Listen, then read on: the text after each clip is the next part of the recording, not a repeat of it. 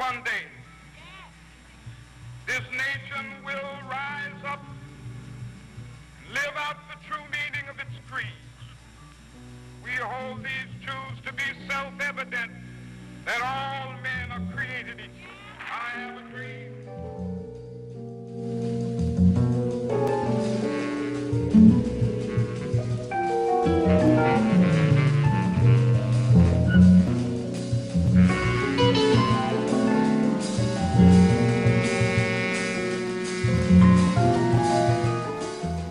Today we will discuss the things that can stop you from taking the bar and getting a job, from ethical reasons to intimate life, and it's led by attorney Stewart. Thank you so much for coming. And after the presentation, attorney Nicole, Iannarone, will answer a few questions on what not to do once you get the job, and we will open the floor for a brief Q&A session. Well, a little bit about our guest today. Attorney Stewart is a graduate of Howard University School of Law. He is the youngest African-American partner at Morgan & Morgan, becoming partner in just 4 years at the age of 29. He has handled over 1,500 cases. He has taught a variety of CLE and seminars ranging from teaching practicing attorneys how to handle personal injury cases to advertising with social media, etc.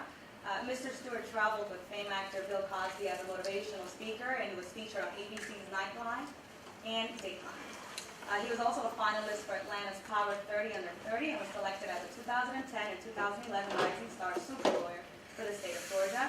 And he currently serves as president of the Gate City Association, the largest and oldest African-American bar association. And attorney Nicole Iannarone, Iannarone, close. Iannarone, sorry about that. That's all right. She is a graduate of Yale Law School. Her research and scholarship interests lie in professional responsibility and the practice of law.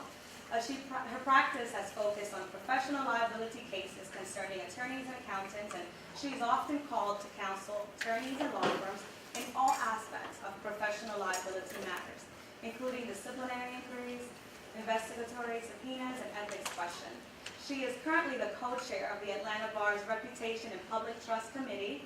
She is the member of the State Bar of Georgia's Disciplinary Rule and Procedures Committee, and she previously co-chaired the Young Lawyers Division Ethics and Professionalism Committee. These experiences add substantial strength to her professional liability practice. She has received many awards for her active service in the community. She is currently teaching professional responsibility and civil procedure at Mercer University School of Law, and will teach professional responsibility and complex litigation at GSU in the spring. So you get to meet your future professor. I'm going to go ahead and let attorney Stewart do his presentation on the things that can stop you from taking the job.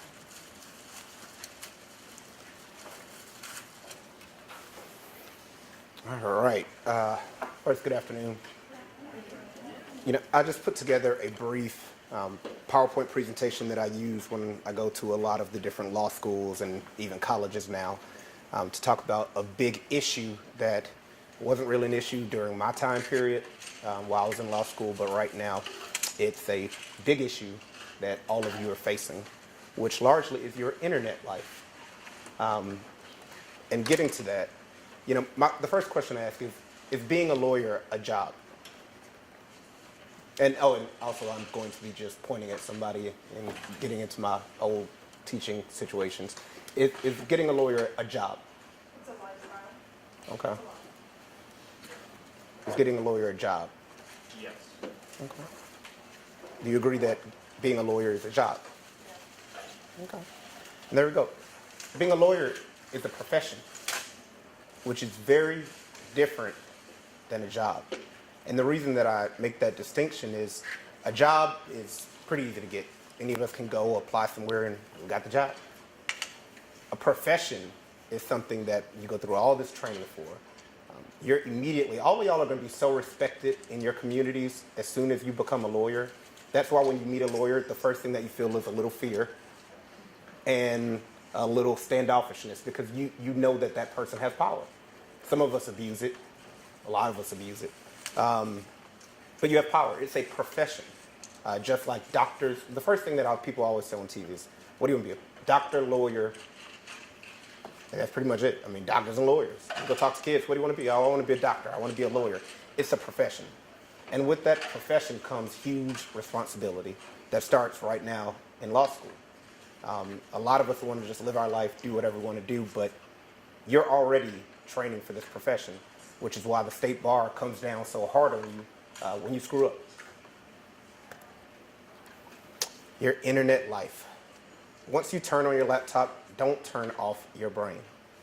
You know, it sounds silly, but it's just hilarious how a lot of times when you get on that laptop or your phone or whatever it is, you forget that you are training for a profession. You forget that whatever you put on the internet lasts forever. Just some background on what I do. I mean, the internet is one of my biggest weapons in the world. I do personal injury, wrongful death, you know, constantly in a battle, some litigation situation against a huge company, a small company, somebody, whatever it may be. And the internet is my biggest weapon. I mean, Google, Bing, you know, every other search engine there is, that's where I gain all of the information on the defendant, on a witness, on the witness's cousin, whatever it is, because it's all there. Twitter, you would be stunned how much information you can get from Twitter, Facebook, you know, unlocked profiles, different things like that, which are illegal to get because they're just out there on the internet, as long as you're not invading someone's privacy by purposely friending them in the middle of a litigation case.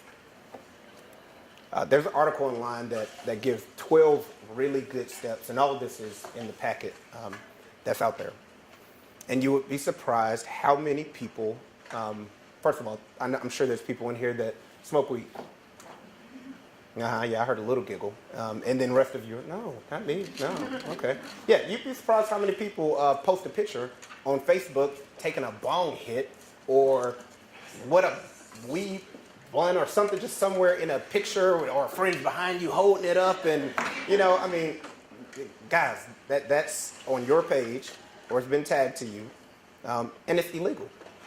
You know, I've had friends who post pictures doing all kind of stuff, hopping over a fence and running somewhere and someone's got a picture and it says, do not enter trespass facility. And they're, you know, like that's there. All of that stuff is there and it's on the internet. You know, the other tip that they have, and this affects y'all right now in law school, is bullying. And it's not the same kind of bullying that we used to go through during the, you know, back in our day, but, you know, maybe somebody puts something on a, you know, one of your listservs, and then people start piling on or making comments or, you know, commenting on someone's Facebook page or whatever it is. A lot of that can be interpreted as bullying, and that can be, you know, brought to your school. And you can be brought up on something silly as Facebook bullying, which is an issue in schools. Trashing your teachers. You have to realize that even posting something like Professor Green sucks on Facebook or whatever it is, there will be someone in your class that's probably your friend who's trying to butter up to the professor and mentions, yeah, they're talking about you on Facebook, professor, and there you go. It's little things like that right now in law school can affect you. Posting objectionable content from school computers on networks. If you're using a GSU computer, they're tracking the IP, they're tracking the user, they're tracking the time. If anything gets posted from any of those situations, they can immediately look up who had it at that time and see where you logged into Yahoo, then trace it back. Same thing with law firms. You know, my law firm, you use one of our computers, they're on you. You know, they monitor every single situation, email, post that comes out. Posting confidential information. That's a big issue that can have repercussions past law school for a lot of y'all, especially if you're interning at a law firm right now. I actually had to have a sit-down talk with one of my law student clerks who was working for me because even though she was working on some of my cases and doing this, you can't go on your Facebook page and say what we did today. You can't talk about, oh my God, you know, my lawyer's client is just insane. You know, I can't believe she brought her 4 kids up there and, you know, she wants more money and she didn't want to end this lawsuit. Literally, that's the status. I understand it was a stressful day for you. It was for me too. But you can't say all of that because you are invading a person's confidentiality by just simply doing that. Check-ins, that's just something for y'all. I mean, I don't know why people check in at certain places. That's just a billboard for come break into my house. But, I mean, you know, do what you want with that one. Lying, cheating, and plagiarizing. You have to also understand that one example that you may have seen just out there on the internet is someone posted on one of their social media sites, my mother died, so I can't take the exam, or I couldn't turn the essay in, or whatever it is. And that's what they told the professor. Well, they immediately put up on their status, I can't believe I'm having such a great time at this concert, I'm going out of town for blah, blah, blah, and it got back to the professor. And the professor then, you know, continued to follow up. Well, okay, if your mother died, you know, there's information out there that, you know, you lied to me. And it just snowballed into a really horrible situation. And I know that that student wasn't thinking when they just posted, you know, oh my God, I'm heading to this Coldplay concert and it's going to be ridiculous. But you lied to your professor about why you couldn't turn the essay in or the exam. And it came back on. Threat and violence. I mean, I'm sure none of y'all would ever do that, but even simply putting anything on your status of, oh my God, I could kill my professor for giving me this F or D or whatever it is, all of this internet stuff has been heightened to a new level that even comments get taken seriously. I get phone calls all the time from someone that doesn't understand that I don't do that type of litigation, but saying, this person has threatened me on the internet, can I sue them? And, you know, I mean, that's not really a case, technically, but, I mean, she could call the police or whatever it may be, because the thing is, we don't know your intent. You put up a status that says, I could kill my professor for giving me this F. I mean, everybody knows what's going on in the media nowadays. That's grounds for the police to technically investigate you, even though I know you were just joking or just, you know, making a comment because you were ticked off because now you got to go to summer school. Ignoring school-specific policies. How many people in here have actually read GSU's internet policy? I am telling each of your professors on you. So now, you know that packet they give you when you're 1L, y'all didn't read that 200-page thing thoroughly?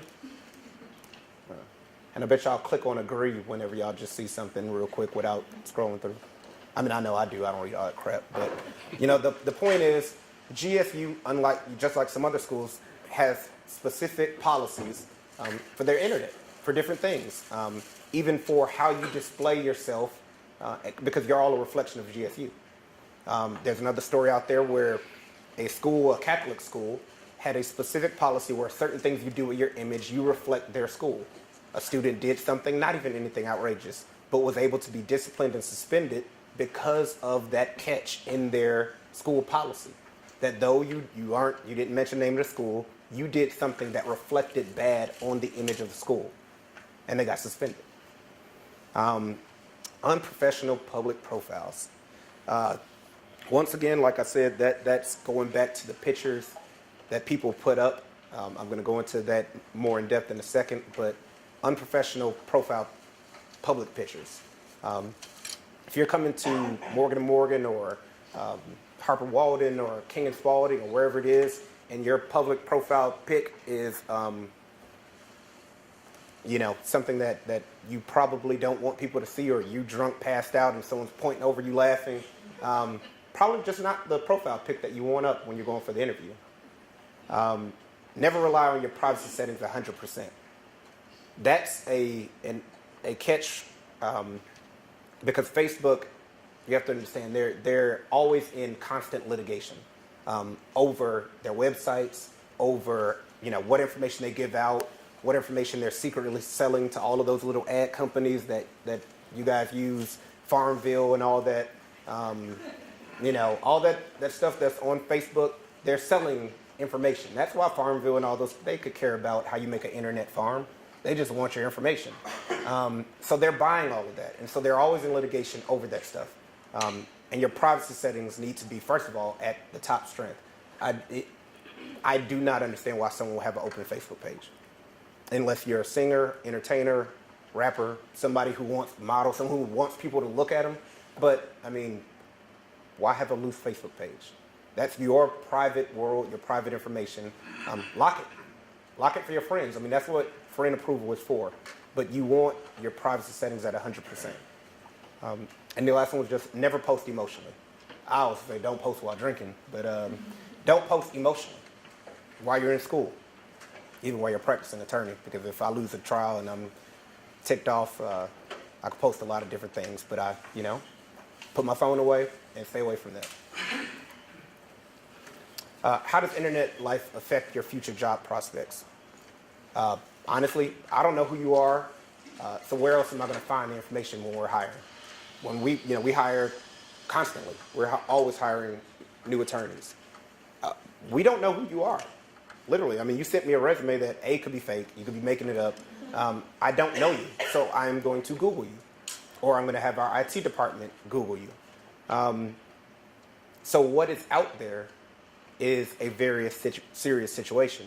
I give this example, a very, very good friend of mine a couple years ago. She modeled, and she was a new professor at a college down here. And, swimsuit model, did some of that kind of stuff or whatever, but nothing outlandish, nothing, it was for companies. But once again, when I met her, just because I don't know who's a psycho also, I Googled her.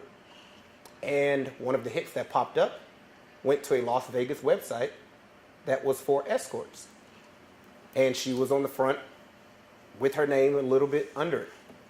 So of course I called and said, well, we just met.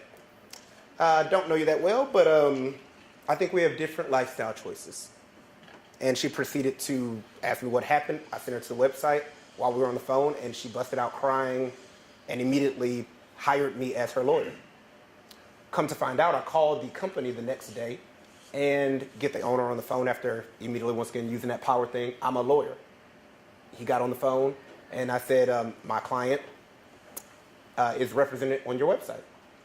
And he doesn't know what I'm talking about. He goes and looks, and I told him she doesn't work for you. She lives in a totally different state. She says she's never met you. If you don't remove this or tell me what is really going on, you'll have a lawsuit on your desk the next day from one of my friends who practices in your state. He immediately admitted he stole the pictures, bought them from a photographer, I guess from a photo shoot she had done, just bought them from him. And because she was attractive, used them on his escort website. Now, mind you, this is on the internet, and she's a new professor at a good college down here. And this was just on the internet. And it was promptly removed within 24 hours, but that's the thing. When is the last time you Googled yourself, Orange? Okay. And don't lie. I know when people are lying. When's the last time you Googled yourself? Within the last year, definitely. Within the last year? When's the last time you Googled yourself? Okay. When's the last time you Googled yourself? I don't believe that. I don't believe it. When's the last time you Googled yourself? I do it pretty regularly to make sure nothing's out there. Exactly. You Google yourself every 2 weeks. If y'all don't take anything from this, you Google yourself every 2 weeks. Google, Bing, everything. Google yourself. It takes 5 minutes. 5 minutes that you could, not post a comment or go through your pictures or look at your friend's photo album. Google yourself quickly. And Google yourself in your nickname. If my full name is Larry Christopher, blah, blah, blah. But it's Chris Stewart, so I have to Google my full name and that. And you will be surprised what is on the internet about you. And then don't just do the search engine. Google has separate databases for search engines when you just type in something in Google, and I don't really feel like pulling it up, but also Google Images. Google Images is a separate division of Google. Separate IT teams, separate situations. So though you may find nothing when you just, see, that's what I'm talking about. He's Googling himself right now. When you have a separate situation that you're looking up, you have to go to Images. I didn't know that there was a picture of me back from when I used to throw parties that was in Images that was not in the search thing. So I've got all the professional stuff on the search. I did Images and I'm holding a bottle like, yeah, there's a party. And I mean, that's fine, but you have to do Images. You must do Images. And that was the second step of her case. He took it down. It was off his website. You couldn't find it, but you click on Images. Images still had it. It had a screenshot of his front of his webpage of her on the front of a dang escort company that she had no idea that she was on. and it was on images. So then we had to contact Google Images directly and have it removed. That's the one thing.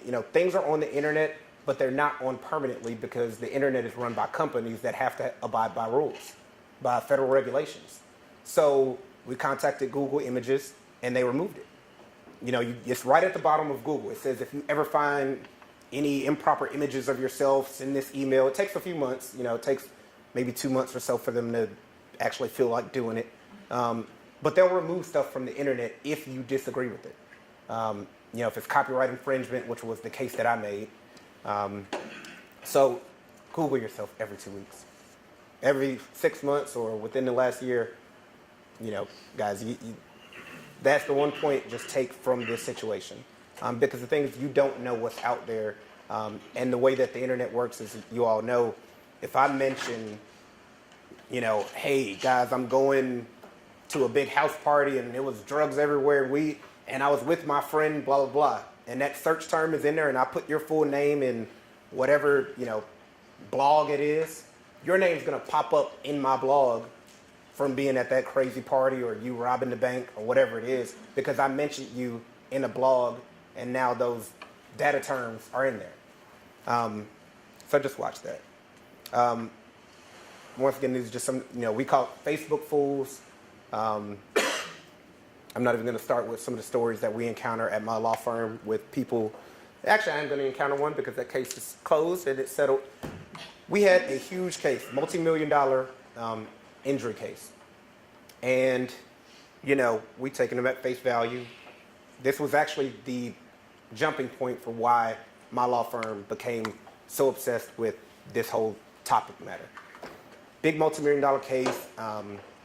We're fighting for the guy. He's not supposed to really be that mobile. Every time he comes in the office, he's, walking with a cane, and he's so hurt, and, he did have some severe surgeries. That's fine. Well, the defense firm that we were going against, Troutman or whoever it was, some big firm, they had already gotten on this internet life attack game plan. And guess what they found? On his Facebook stuff, which was open to the world. Popping bottles in the club. Yeah. A week before the multi-million-dollar mediation that we were supposed to have. Hanging out in the club. Went to a soccer game. I couldn't end the status or whatever it said. I really couldn't play as well as I used to because I'm getting over an injury, but gave it my best shot. It was literally the value of this case, which is why I'm starting to sweat. I'm just getting mad thinking about it. It went from $3 million to, it just literally dropped because the defense attorney called me laughing. Like, hey, man, you ready for Friday? I'm like, yeah. And he's like, yeah, you want to go get a beer? Red flag number one. And I was like, nah, I want a beer. Because you form good friendships with the trial attorneys down here in Georgia. It's like, man, you sure you don't want a beer, man? You're going to need a beer. I was like, okay. Nah, just tell me now. Tell me now because I know you got something. He's like, do you Facebook your clients? And I was like, well, actually, of course I have to now, air quote, lie. Yeah, Facebook them. I mean, I know my clients. Well, I'm going to email you some stuff, okay? I'm just going to check your email, and then we're going to go get that beer. And he emailed me something that essentially took the value of that case from $3 million to a confidential amount because we had to settle. We immediately had to settle that case because our fault. Our fault for believing someone. Our fault for just going off the surgeon saying that he had, this injury. We just didn't follow up. And after that, our firm is aggressive on internet research. Man, if I find that client. Twitter talkers. Now, Twitter, which I don't even have a personal Twitter account because I think that it is just mental vomit. That's just what you're doing. You're just mentally vomiting. You're just mentally vomiting constantly. And why you want the world to know your free-flowing thoughts, I have no earthly idea. But, if you're going to do it, lock it in with your close friends, not the friend of a friend of a friend. All my friends that are practicing lawyers that do use Twitter, they have, little groups of just their friends that they talk about. And once again, if you don't lock it, it's open for anyone to read. It's open for literally someone. I can read someone's Twitter account and literally know who you are, know your whole past, understand how you think, understand some of the crazy things you've done, whatever it may be, because Twitter is your mind. Facebook is image. Facebook is, you can appear like whatever you want to appear to be. Twitter is your mind.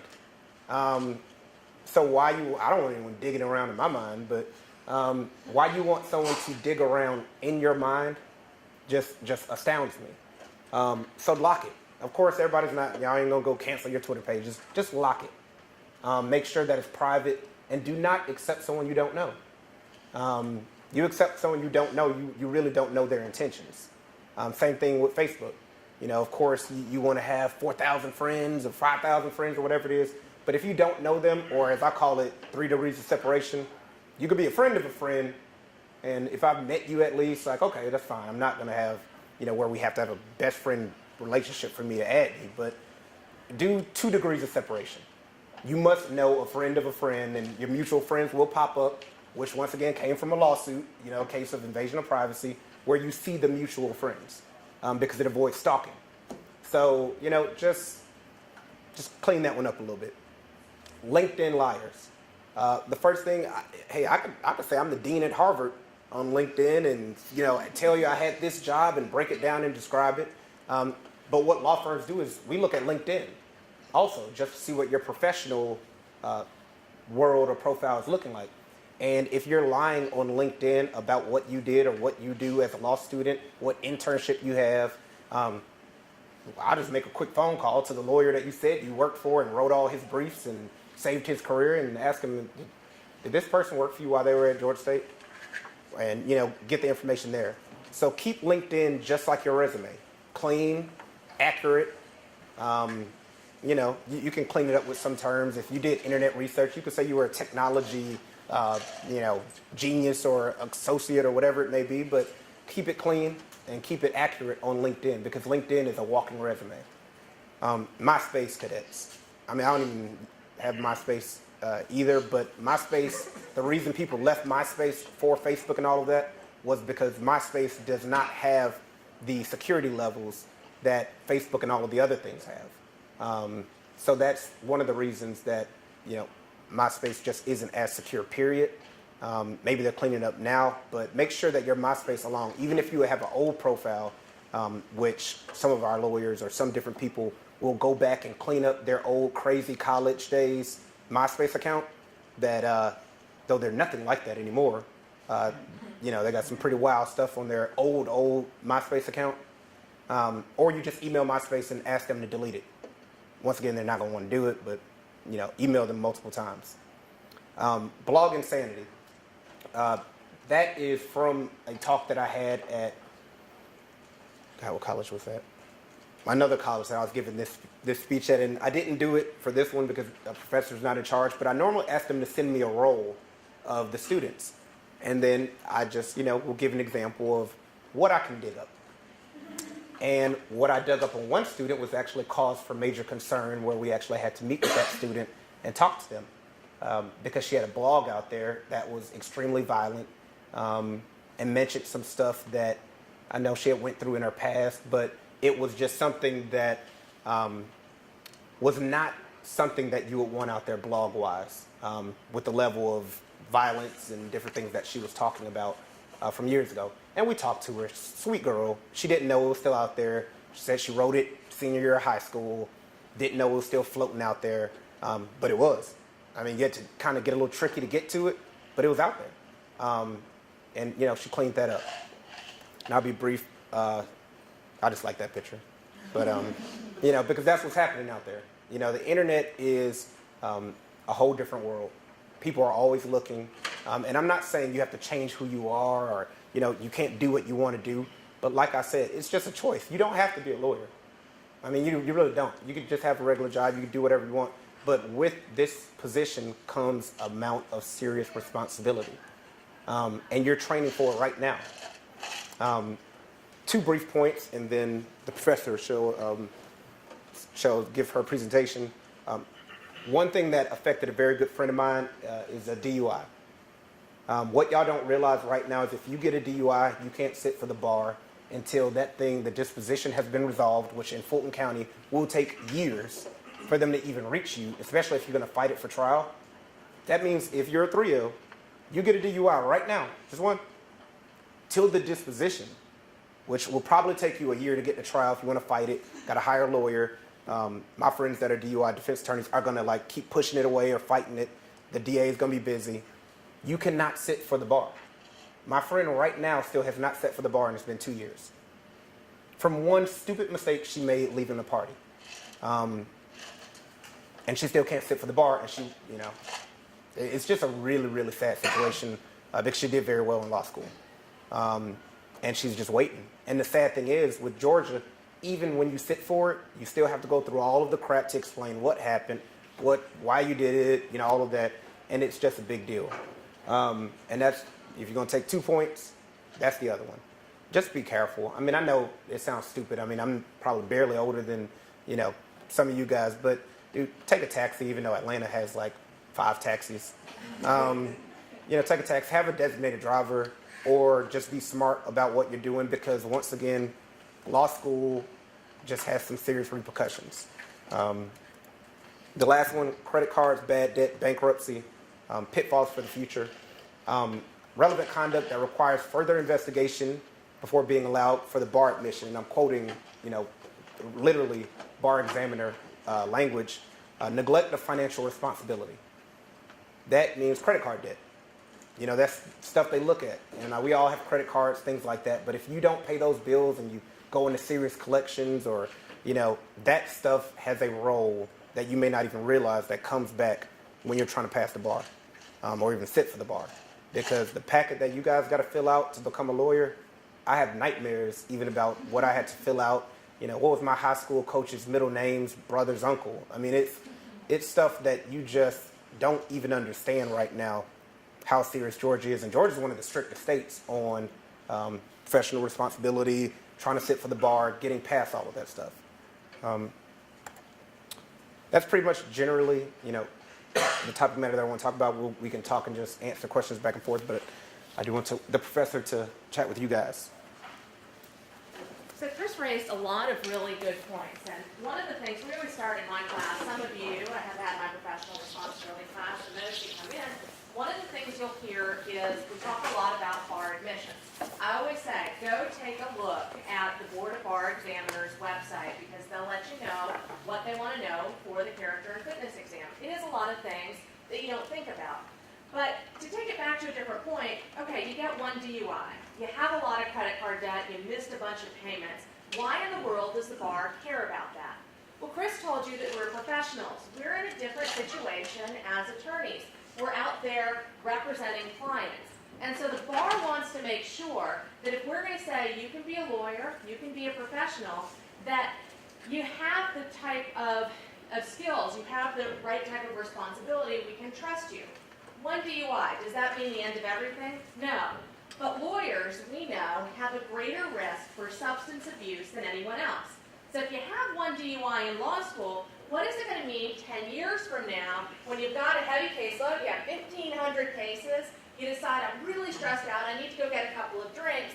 We want to make sure that you're going to be able to handle it and that you're responsible. Substance abuse leads to neglect of client matters. Why do we care about credit? Well, credit's important because you're going to have client money. When you're Chris and you settle a case for $5 million, it's going to come into your account.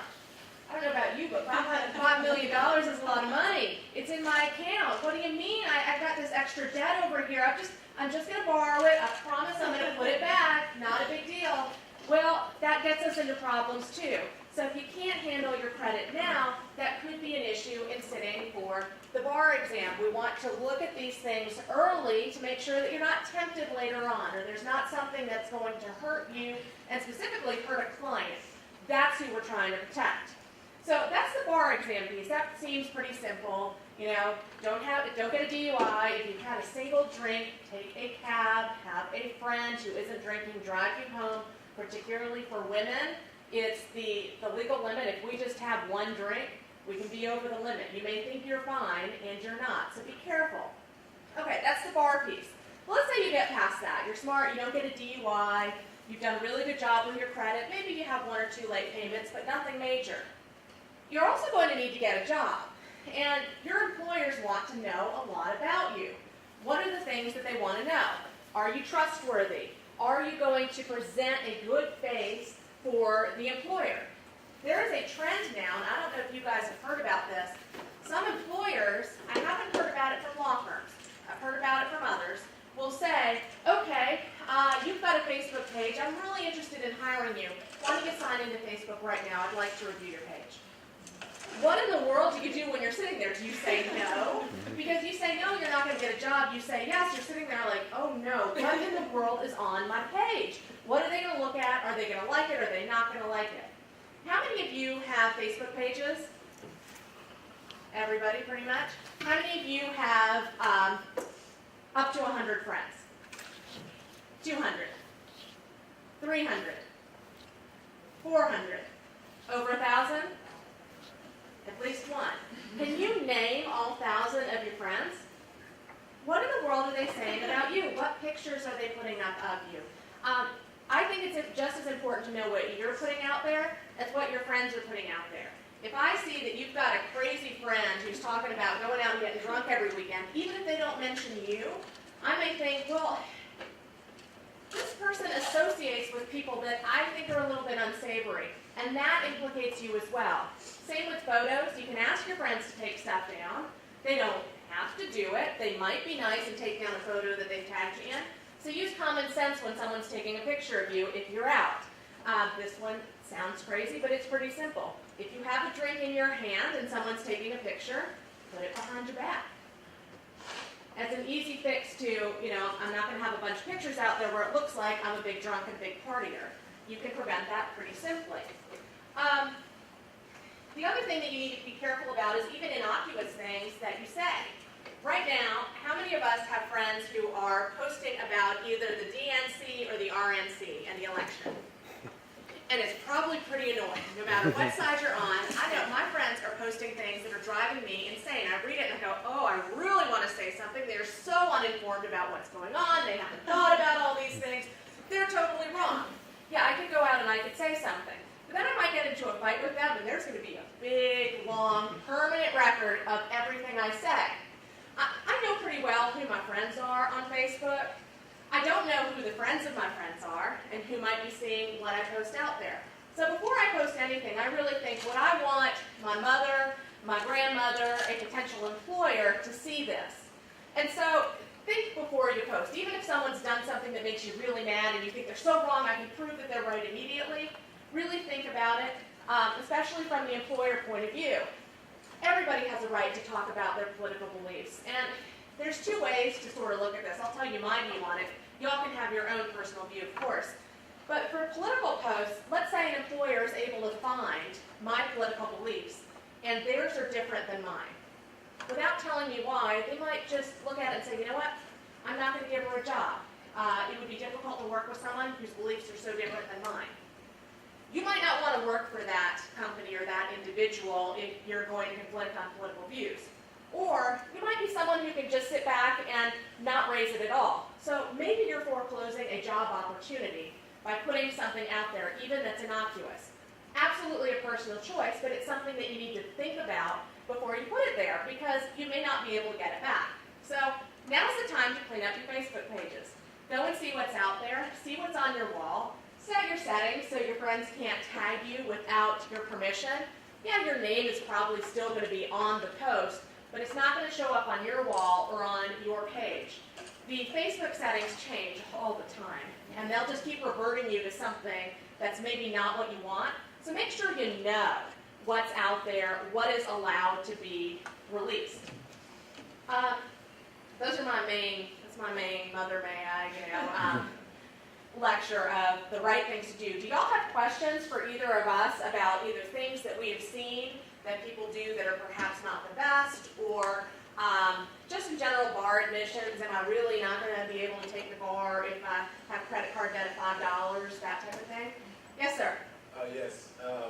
I've really heard from somebody who wasn't involved, but they were talking about how a new law is out where they can look up to 7 years of your online history and use that to legitimately decide whether or not they hire you. Is that a correct law, and when does that cross the line of discrimination? I don't know. I have not heard about that law before. My personal take on it is that if it's out there and it's public, it's fair game. Now, what the reason they take from it is a different issue. If they use an unlawful basis to decline giving you employment, then it could be discrimination. But it's not unlawful to say, I'm not going to get along with this person, or I think they drink too much, or I think they can't keep their mouth shut. Yes, ma'am. If someone has a snafu and they have an incident on their record, does the negative weight of that incident ever get outweighed by redeeming qualities, characteristics? Do you mean for bar application purposes? Yes. I think for the bar wants to, they're looking for trustworthiness. Are you going to be able to handle client matters well? Are you somebody that we can trust and we want out there working with clients? So everybody has made mistakes in their past. We all have. I mean, maybe you don't think you've made one, but we have. I've made mistakes. Y'all have done something. What we're really looking for is honesty, and you're being forthright about it. So if you've screwed something up, fess up on the bar exam. Disclose it. Sometimes they'll say, maybe it's an issue, we're going to want to hear more about it, we're going to want to talk about it, but if it's a small thing, then they'll say, you know what, she told us about the situation, that's okay. But they will do a background search on you.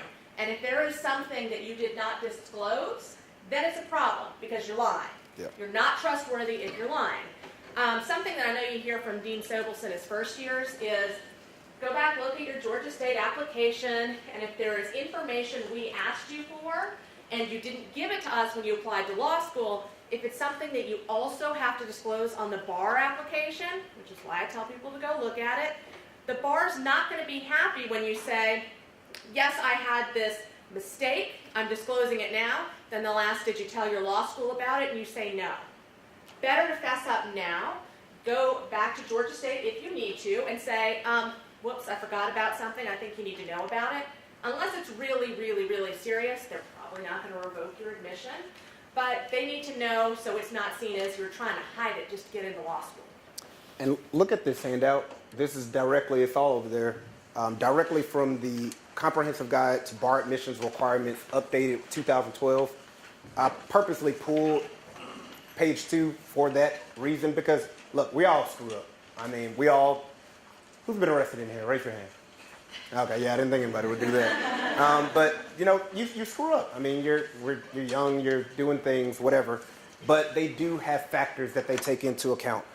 Age at the time of the incident, recency of the conduct, seriousness of the conduct, cumulative effect of the conduct or the information, evidence of rehabilitation, age of the candor in the admissions process. Applicants' candor in the admission process, which is exactly what you just said. You have to say everything. I also have a very good friend who's a very well-known lawyer who was arrested for a fight, you know, big brawl when he, you know, college or whatever it was. Got arrested, charged. I mean, he got arrested. But when I tell you he was fully candid with the state bar about why he got arrested, what time, documents, letter from the judge, like, look, this was a one-time incident, whatever. He told him everything. He wasn't on the fence about should I say this, should I not. You got to tell him everything because, like I said, they factored in he was in college. They factored in he's never done anything like that before. Somebody messed with his girl and all, you know, whatever it was, and they got in a big fight. So, you know, they really, you know, it's not just, like she said, just black and white. They do take these things into consideration, but you have to be fully truthful about everything that's happened. Yeah. And now that you're in law school, the bar expects more of you. So, you know, y'all are professionals now. You take an oath when you get in. You have a strict honor code. We see you as lawyers in training. So getting arrested for something in law school is going to be different than it was for getting arrested for something in college because we expect more of you now once you're here. So realistically, how long did it take you to fill out the bar for this act? Because I would put it in off a week because I'm just like, oh my God, it just makes my brain hurt thinking about it. Like, how many weeks do I really need to say, all right, because the deadline's like December something without a late fee, so. Start early Big, because yeah. it does, there are things that you're not going to know. And I always freak students out when I say this because I can't remember the exact requirements from state to state. But one of my friends who did not apply in Georgia had to list every outstanding parking ticket he had. And if it's like parking around here, you know, students in my law school saw the parking tickets as, you know, I'm just paying for parking by getting a ticket. Sometimes I won't get one, sometimes I will. And so we have to go down to the courthouse and say, how many tickets do I have outstanding? Pay them all. And so he could say, I don't have any outstanding parking tickets. That state was not Georgia. I had to list every time I think I had a traffic violation. And Yeah. I've lived in 4 or 5 different states. So going back and figuring that out takes a while. I couldn't remember where I lived over the summer when I was in college. That's hard. I actually had to go and drive by one of them because I knew where it was, but I didn't know the address. So I got in the car, drove by, and said, okay, that's the apartment complex I lived in. Here's what the address is. So give yourself time to do it. You know, do a couple hours at a time. Figure out what information am I going to need to fill it out. But it does take longer than you think it's going to take, even for the simple stuff. Yeah. And you got to start early because you're going to need to talk to a lawyer that's a friend. I get this question all the time. Well, I got arrested, but I wasn't convicted. The question says, have you ever been convicted of a crime? Now, that's it's technically, and I know that's a battle for some of the ethics, you know, panels that I've been on before. It's a battle where if the student leaves off a arrest, but not a conviction. You know, so you know, I'm not telling you what to do because I don't know, but talk to a lawyer. You may want to call a professor or say, you know, I got arrested for this, but, you know, it was totally thrown out. You may not have to list that in certain situations. If you're riding with a friend, all y'all get arrested. He had drugs, and they just arrest everybody because everybody's in the car. But it gets tossed totally out, not on your record at all. But you're wondering, dang, 6 years ago, I got taken in jail. Should I report that? I don't want to report it if I don't have to. And so, you know, I tell them, go talk to a ethics lawyer or go talk to someone that knows more than, you know, what you're thinking because you don't want to guess wrong. And the deans here are really helpful with stuff like that. Dean Timmons, Dean Sobelson, they will help walk you through some of these things if you have a question about it. I called the bar examiners about one of them. I'm not afraid to share it. This will show you how paranoid I am as a person. But one of the questions is, have you ever been the subject of a lawsuit? And they're trying to get at, have you ever been a party? Have you sued somebody? Have you ever been sued? I was adopted as a child. I was the subject of a lawsuit. It was in re, baby, whatever. So I had to call them up, and they thought I was crazy. But I called the bar examiner and said, so here's this question, here's my situation, do I have to disclose it? They laughed at me, but I still disclosed it because I wanted technically to put everything out there. Does that have any impact at all on my ability to practice as a lawyer? No, but I wanted to be candid, I wanted to be sure, and technically the information fell underneath the question. When employers are looking you up on Facebook or any of the other sites, how much detail do they actually pay attention? Because I know a lot of people, I mean, I have a fairly uncommon name, but a lot of people, there are a few girls my age, black women, all in universities, not doing so well, that I wouldn't want to be confused with. So how far do employers actually pay attention to when they're looking up these? I mean, hopefully your picture matches who was sitting in front of me during the interview. So I just like look at the person. I mean, it's not, you know, it's not one of those things where you're going to look at every single status they put up, like, oh, I had a hangover. I mean, I probably had one when I was interviewing you. So, I mean, you know, I think it's going to depend Yeah. on the employer. And usually they'll be able to tell the difference. If you Google my name, I have an incredibly uncommon name. I think there are 3 Nicole Iannarones, but if you go up and Google it, there is someone who is quite obviously not me out there. I'm not a rapper. There's someone who is with my name. And I think most employers are going to look at that, they're going to see me and coming in for an interview and say, this is not the same person, I can throw that out. But they can tell based on you probably don't live in the same city. You probably are different ages, which is what mine is. You have different careers, but you can figure it out as an employer. So if it's not you, I wouldn't worry about it as much unless it comes up in an interview. and I'm buying that CD. If they can't find anything about you, I'm sorry? if they can't find anything on you, even if you do have a Facebook page, That just That has happened before too. I mean, it's kind of a blank slate. If there's nothing that comes up during an interview, I'll give you an example. One of my friends who's a politician now, ran for political office.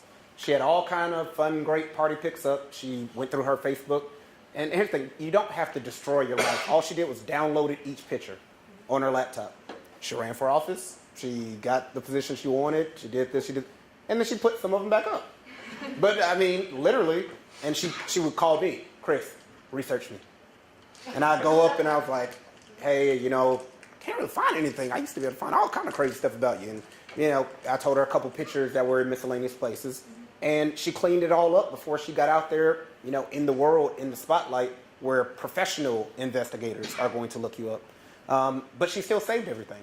And then I think it was a good chance, like she said, for her to clean up. She went through and erased, Leroy Jenkins, who's, holding 2 bottles in the picture, and she doesn't even know that friend. And, Bill, and just all the random people that she never speaks to, doesn't know. And she just cleaned it all up, cleaned all of it up. And, that's pretty much how. Let me add something onto that. I think that, especially those of you who have lots of friends on Facebook, think about who you're going to friend. I will not accept friend requests from students. And my reason for that is twofold. First, I don't really want you to know about my personal life. But second, I don't want to know about yours. I don't want to know if you're doing something illegal that's going to violate the honor code or question your fitness as an attorney, because if I find out about it, I'm probably going to have to rat on you. And so I just don't want to know. If there are people who are potential employers or you want to maintain a connection with somehow, use LinkedIn for that. Have a separate account there that's your professional life, and keep Facebook solely to personal, to family, that type of stuff. Or have some people have 2 Facebook accounts. I know a politician who has his politician account and he has his personal account. Would you be leery if you didn't find anything? Like, for instance, with me, I don't like the whole putting all of my information out. So, frankly, I use a cartoon name, and I never use any of my information. So if you Google me, you won't really find me in my profile name. Is a pseudo name that I created. So nothing is directly my name. As an employer, would you be like, this guy, he has to be somewhere, like? Nah, I mean, you're not going to put in too much work over it. It's more just, just casually looking. Oh. A student wanted me to ask, what do you think about disclosing your sexual preference on a profile on Facebook? He just wanted should he just omit that, or should he just be upfront about whether you're straight or? Honestly, that is a situation that does come up at big law firms or just period at companies, and it's very much what the professor talked about. Like I said, no lawyer is going to be stupid enough to tell you why they didn't hire you or why you didn't get the internship or whatever it is, but you may run against a law firm that has very old, stuffy views and beliefs on certain things, and that may affect their decision making. And they just don't verbally tell you why. They say, oh, your GPA just wasn't high enough, or whatever it is. They just say no. Or they just say no. In Georgia, just like you can be fired for any reason whatsoever, as long as you don't blatantly discriminate, gender, sex, bias, all that. Same thing with hiring. So my thing is I always tell people, why announce things that are none of their business? There's no reason for them to know. There's no reason for you to advertise that. There's no reason, a lot of people just have things blank on their Facebook page or Twitter or whatever it is, like, what is their interests are, whatever it is. Just leave it blank, unless you just want them to factor that in. And I would say too, be careful, make sure you know what the protected statuses are. The law may have changed, but my past recollection of this is that sexual orientation is not a protected status. And if that's the case, then somebody could decide, I don't like your orientation, I'm not going to give you a job, and it's not a violation of the law. Many firms have policies on anti-discrimination that are broader than what the law requires, and so they follow their own requirements. But, if you have a status that's not protected and you're going to put it out there, you run the risk of someone using it against you. Totally personal choice. You may not want to work for a firm that's going to have a problem with that. But you need to know what it is. And I'm going to throw in one last thing. The ethics rules have recently changed from the ABA. And there's this rule that's pretty simple. As a lawyer, you've got to be competent.